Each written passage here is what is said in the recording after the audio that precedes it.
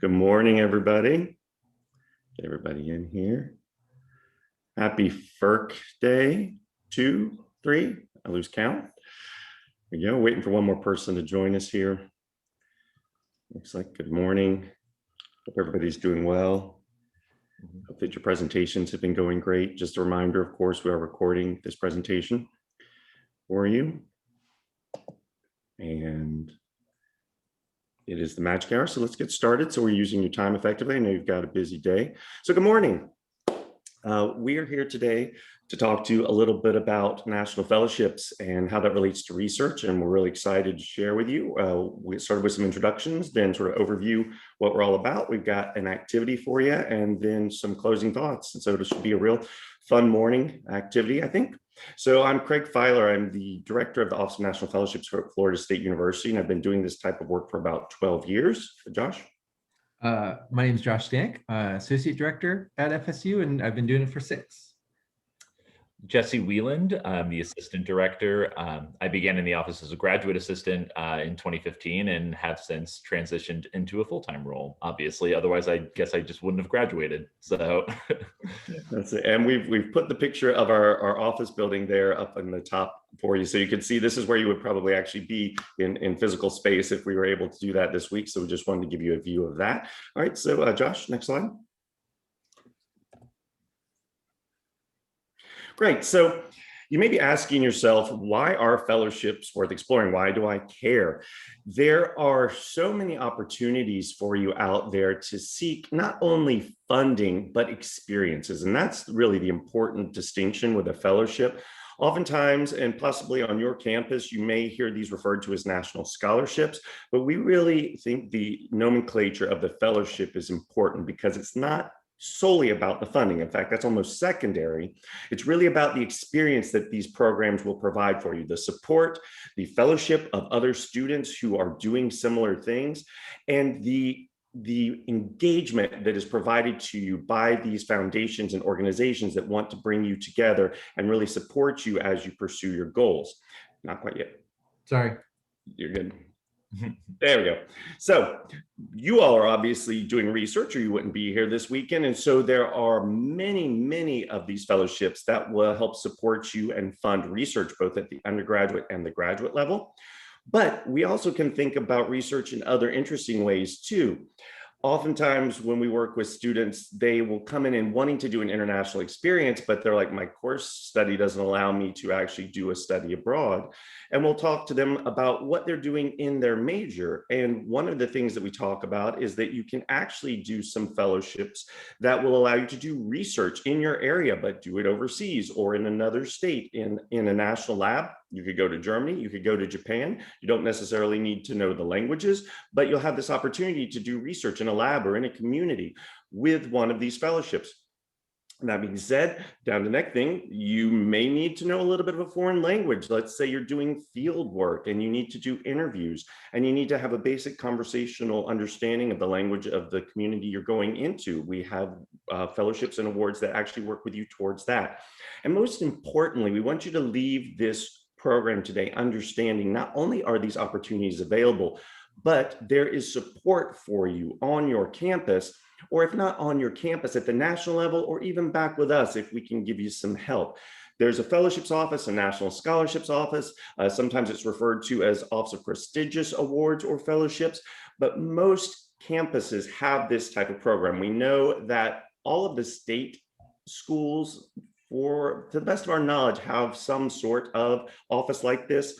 A lot of the private schools around the state also have these offices, and we want to make sure that you know not only what these programs are, but also how you can find the people on your campus that can help support you in pursuit of these. So that being said, I'm going to turn this over to Jesse, and he's going to walk you through a little bit about, well, how you start to think about these programs and these awards and what they mean for you. So Jesse? Yeah, and so for the activity today, what we're going to have all of you do is we're going to break you up into different groups. We're going to provide you with a list of fellowships. By no means is that an exhaustive list, but kind of just a sample size of some of the main awards and opportunities that we work with on a yearly basis. So we're gonna have you go through those different fellowships to kind of just briefly familiarize yourself with them, and then you're each going to have a case study. So we're going to have groups of 5. There are 5 case studies.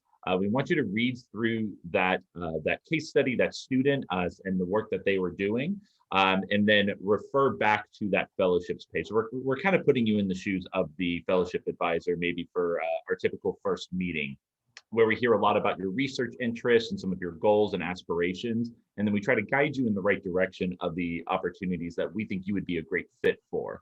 After you have time to look at the fellowships page, read through your case study, we would talk amongst yourselves to maybe take about like 2 minutes each in a group of 5 to talk about the case study and the fellowships that you feel that student would be a good fit for. And then once you all are done with that, we're going to bring you back here and we're going to have a little brief discussion about that. And I just tossed links to the case studies as well as the fellowships into the chat. Thanks, Josh. Absolutely. And I am going to do the breakout rooms. Just give me 1 sec. We were admitting one more person, so I'm waiting for them to join. So they will go into a room as well. And you'll be in groups of 5. Jesse, you may accidentally get moved and I'll move you back. Let's see here. Okay. So,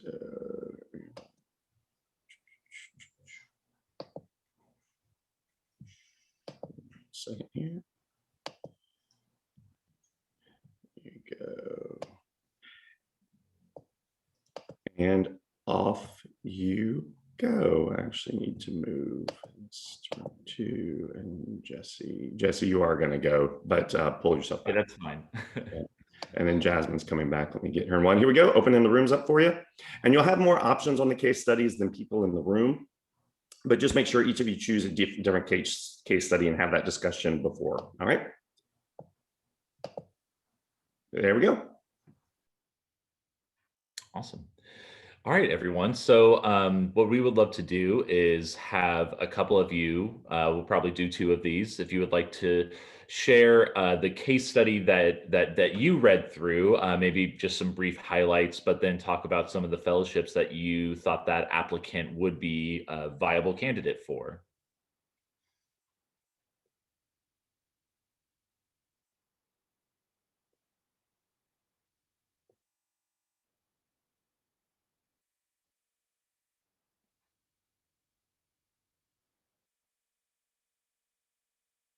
Don't be shy. I promise we don't bite. Okay, hello. Hello.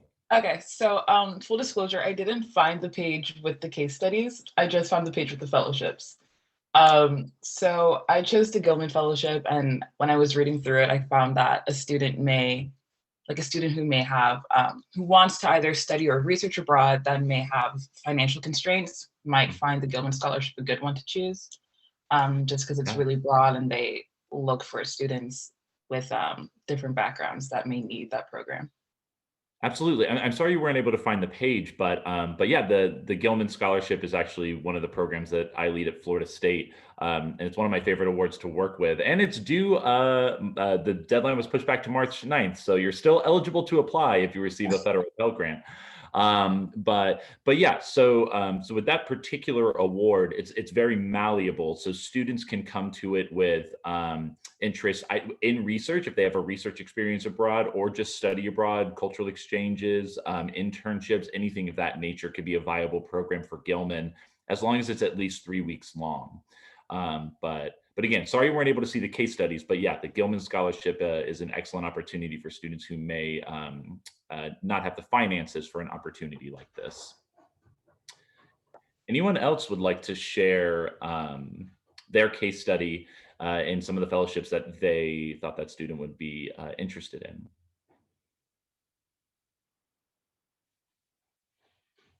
Thanks again for sharing, Joanne.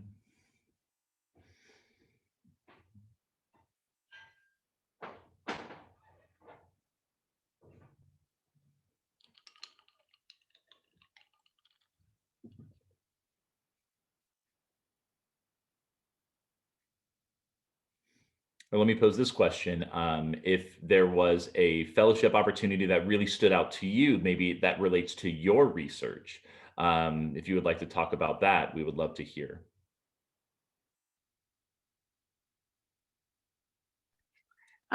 So I found that the case study number 1, student 1, Mhm. went really well with the Fulbright study research grant. Mhm. For those who didn't read, okay, awesome. Thanks, Josh. Can you talk a little bit why it aligned with Fulbright?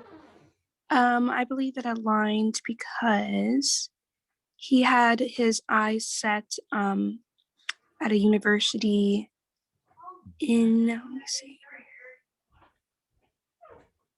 I lost it. I had it right here. No, that's okay. That's okay.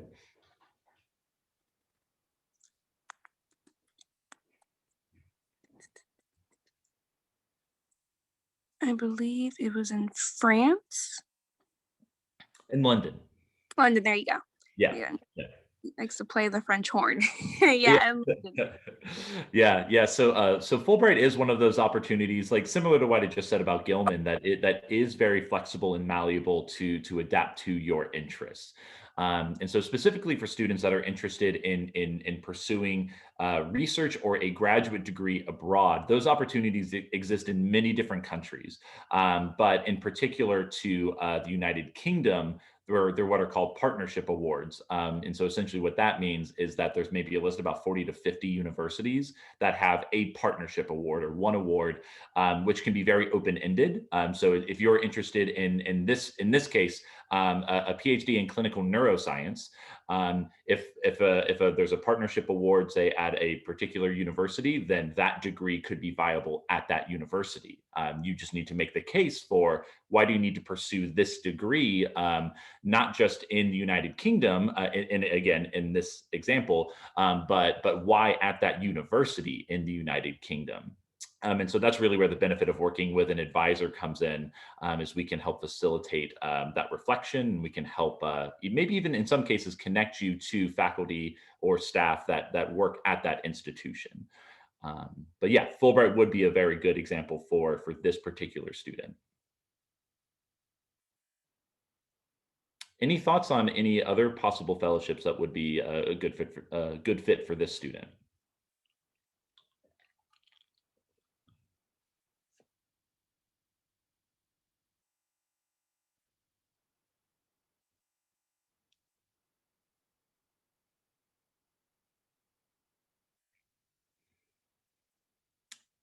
In some cases, with students of mine or Josh or Craig's that apply for these academic grants to Fulbright, sometimes the timelines line up well enough that after a Fulbright application, which is usually due at least in our most universities are going to have their own campus deadlines, which is going to be earlier than the national deadline. But for ours, it's usually mid-August. And so for a lot of students that wrap up their Fulbright applications, I recommend, hey, like if you're interested in graduate school and you're interested in research, maybe we can look at the National Science Foundation's Graduate Research Fellowship Program, or the GRFP. And that's for full funding for either a master's or a PhD. And so, while of course we want our students to go abroad if that's their goal, we also want to maybe balance that with, okay, so what are some domestic opportunities for graduate school? And I mean, not just for the funding side, but that also encourages the student to take their application that they just completed for Fulbright and maybe adapt it to a different university in the United States. And then they're still applying for graduate school to some of these different universities. So to give themselves hopefully options spring of their senior year when they are now considering which opportunities they would want to pursue. But thank you for sharing a case study 1. Anybody else like to highlight briefly their case study or a fellowship that aligned with the student that they read about?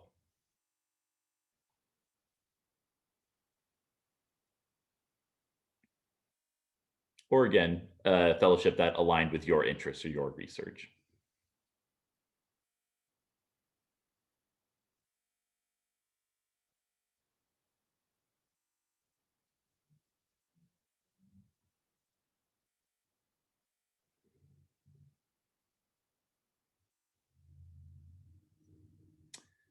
For Josh, maybe case study 4, we could quickly highlight because there was a little bit of a similarity in this student. in terms of like, I think Fulbright would be a really good opportunity for them. Not the graduate school opportunity. Particular, this student was more interested in research, research that was very uniquely tied to the country that they were studying in. But I think another fellowship that this student would be viable for would be the Critical Language Scholarship, which is for funded intensive language study over the summer.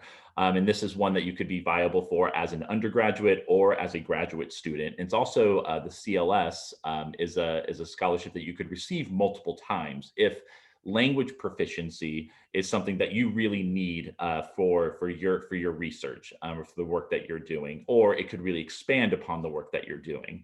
And so for this particular student, with their research in Brazil, while they already had proficiency in Portuguese, if there was maybe very specific vocabulary that they needed, or a very specific aspect of the language that they needed to grow in, and sometimes for STEM students, it's like, I have some really field specific jargon that really that I really need to study that will really help me with my research. That could be a viable reason on why the CLS program would be a really good fit for you, and could be complementary to your research. And so for some of those languages, I believe there's about a list of about 15. I believe about 9 don't require any prior study. And then a few only require 1 year. And then I believe there's 2 that require 2 years of study. So it's one that you could prepare for if you're a lower division student to maybe apply for later in your academic career, or as a graduate student. Again, if the language study would be very important to you.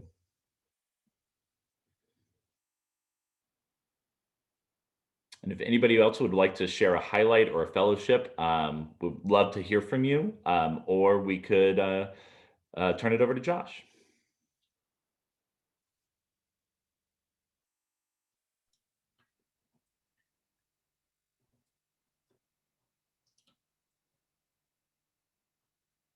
Cool. Thank you. So what we just asked you all to do was essentially step 1 of a fellowship advising experience, which again, we're introducing you to this because we want you to connect with your offices on your campus, your fellowship advisors on your campus, to think about like how you can take the experiences you've had thus far and turn them into bigger dreams through these fellowship opportunities. So step 1 is getting to know students. And so by reading those case studies, they're not, it's not the sort of typical conversation that we have with students, but reading these case studies give you some insight into who they are, where their interests lie. And then we asked you to think about like, okay, well, what fellowships would fit these students? And that's how our conversations go with students. I was talking to the group I was hanging out with about how, my first meetings with students is usually just getting to know people, asking questions, understanding their interests, and then recommending that we both sort of come up with a list of fellowships for that person based on what they said they're interested in. And another part of that is helping them to understand what it is our offices work with. Because fellowship advisors typically aren't working with awards that serve some immediate financial need. This isn't to like help pay for the remainder of that semester of school, but we're thinking a lot longer term. Scholarship are the awards you're most familiar with, and they're typically going to recognize you for merit, recognizing you for your accomplishments. Where fellowships, the awards that we tend to work with, focus more on recognizing you for your potential, understanding who you are, and still looking at your past experiences, but looking at your past experiences through the lens of like, how does this align with what they say they want to do in their future? And how does this prepare them for that? And then other component of fellowships that sort of inherent in the name is that most of these tend to have some aspect of bringing people of similar interests and passions together, fellowship. And so it's our job to help students find fellowships where your personal goals align and match the mission of the opportunity. So match the foundation behind this particular fellowship. And so, with case study 1, for example, we put that this person loved playing the French horn as a hint to Fulbright. And so Tara, thank you for picking up on that being a good award for them. As a hint that Fulbright would be good for them because it's an opportunity for cultural engagement with it, which at its core, that's what Fulbright's about. It's about sending people all over the world, bringing people from all over the world to the United States to create cultural exchange and create long-term cultural exchange. And so their ability to play the French horn and their enjoyment of playing the French horn meant that, oh, this could be an easy way for them to engage with the community outside of their academics. So helping to find fellowships where your goals and the mission of the award align. And then we work on timeline. So Jesse was talking about the Gilman Scholarship being due on March 9th. And that's for an experience that would begin sometime over the summer or even in the fall if you chose to apply for the fall. And so helping people think about these processes in the short term and the long term. Fulbright, for example, will open in March 31st this year. So if anyone's a junior or a senior right now, keep an eye out for this. Fulbright opens on March 31st. It's due in October for an experience that at its earliest would begin August of 2022.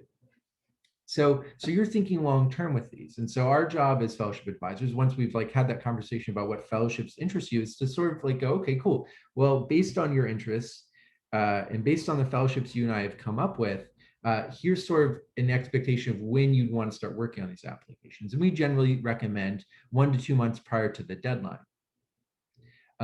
You can always do it in a much shorter turnaround, but we find the applications are a lot stronger when you are able to put in a little bit more time into them. And then we're also here to help you just think through difficulties within the application. So if you're thinking, well, I'm only allowed to have 2 recommenders for this particular award, and I've got 4 people to choose from, how do I decide which ones fit? And so that's part of, we're happy to brainstorm ideas for your fellowship itself, or brainstorm ideas about who would be a good recommender for you. If we can answer your questions, we can put you in contact with the Fellowship Foundation representatives. Fellowship advisors are part of a community that includes the Fellowship Foundations as well. And so we often get to know the people who represent the foundations. And so we might even know them on a first name basis and be like, yeah, I've had dinner with that person. I'm happy to put you in touch. They're super nice. And mention, tell them I said hi. So we're always happy to reach out on your behalf or to put you in touch with people if we can't answer those questions. The bulk of our time is spent when you're actually applying, is usually spent on helping you with those essays. So we try to, in our office, our goal is to meet with you as often as once a week as you're crafting your application to help you and support you through that process. And a lot of that's focused on the essays because these applications are essentially all asking the same thing. They may ask it in a million different ways, but they want to know who you are, who you want to be in your future, and how this particular opportunity fits in that goal. What we love about FERC students is that you're out here gaining experiences that reflect your interests. And what I mean by that is these applications, these essays typically benefit from being able to not say, hey, I'm passionate about being a doctor. I've wanted to be a doctor since I was born. For as long as I can remember, I've wanted to be a doctor. That's great. And what you're trying to reflect with that idea is that this passion has stuck with me for a long time, and therefore you can assume it's valid. But that doesn't really come through on the page. And so what we're generally pushing students to do is think, okay, yes, that's true, but let's convince your reader of that by talking about what you're doing today, what you did yesterday that reflects that. So the fact that you're participating in something like FERC means that you have these really cool experiences that you can say, look, this is something I'm passionate about. Here's the evidence. And those are much more compelling essays. And so we're always pushing students in that direction. The end goal certainly is to receive the fellowship, but we also recognize that is something, even the brilliant essays, some of our favorite applications as fellowship advisors aren't accepted for the fellowship. And so we also like to think about what other objectives are, what from what are the outcomes of working with your fellowship office. And so there are two big ones that really make for me this work extremely satisfying. And one of them is helping you to self-reflect. You're asked day in and day out to critically analyze data, to critically analyze works of art. You're rarely asked in your academic experience, not just in college, but even before that, to take that critical lens and apply it to yourself. Turn that lens on you and ask yourself and to think deeply about who you are and what you do and why you do the things you do and what that means about your core values or core motivations. And so it's these applications, because they ask you, who are you? Who do you want to be? How does this experience get you closer? It gives you a motivation to actually sit down and answer those questions in a meaningful and compelling way. And so for a lot of students, this might be the first time they've really sat down and taken these cloudy ideas and hammered at them until they've come up with something that not only provides clarity to your reader, but maybe for the first time provides some clarity to yourself about your goals and what it is you want to accomplish. In addition, you walk away from a fellowship application process with an ability to do that self-reflection. Like now it's like, okay, well, check in with yourself every 6 months or so and do push yourself to think critically about why you're doing what you're doing and how it represents you.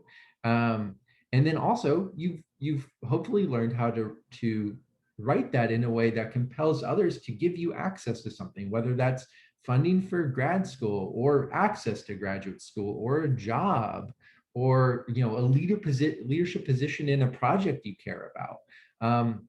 This writing skill is not one that you're usually using in your essays for class, but is one that is going to continue to be valuable for you moving forward. And so really, we hope from this presentation, you've got a fantastic idea of what your fellowship advisors are doing on your campus and are excited to reach out to them. And you're certainly, whether you're an FSU student or not, we'd love for you to keep in touch with us. There's our contact information. There's our social media. And so if you want to hear from us, or if you want us to find out who your fellowship advisor is at your campus, if you're struggling to find on the website, don't hesitate to reach out. We'd love to hear from you. And there's a couple of questions in the chat. Jesse, do you want to maybe bring up the question of the answer for Tara? Yeah, so Tara was asking about if every university with a fellowship department has access to different fellowship opportunities. And what I had to say there is there are so many fellowships that we work with that are accessible to every institution. Sometimes we really serve as the liaison between the applicant and these different fellowships. However, there are opportunities at Florida State, different scholarship programs, different sources of funding that are only available for Florida State students. And I'm sure your university would have similar opportunities. And so oftentimes when I'm advising students, we will work on that nationally competitive opportunity experience or whatever it may be. And then my follow-up question is like, okay, so what else are we applying to? Is there any funding through Florida State, through your college? Florida State has like an FS4U website that is just a list of scholarships. And so it's like, how else can we make this feasible despite, some of the competition you may face for these national awards? It's like, how can we still make this possible? That being said, there are also certain universities that have unique relationships with some of these fellowships and opportunities. So you don't know unless you ask. And so that's why I think it's really important to find your fellowship advisor that would be able to guide you through this process. Thanks. And we do have time one more question, if anybody has one.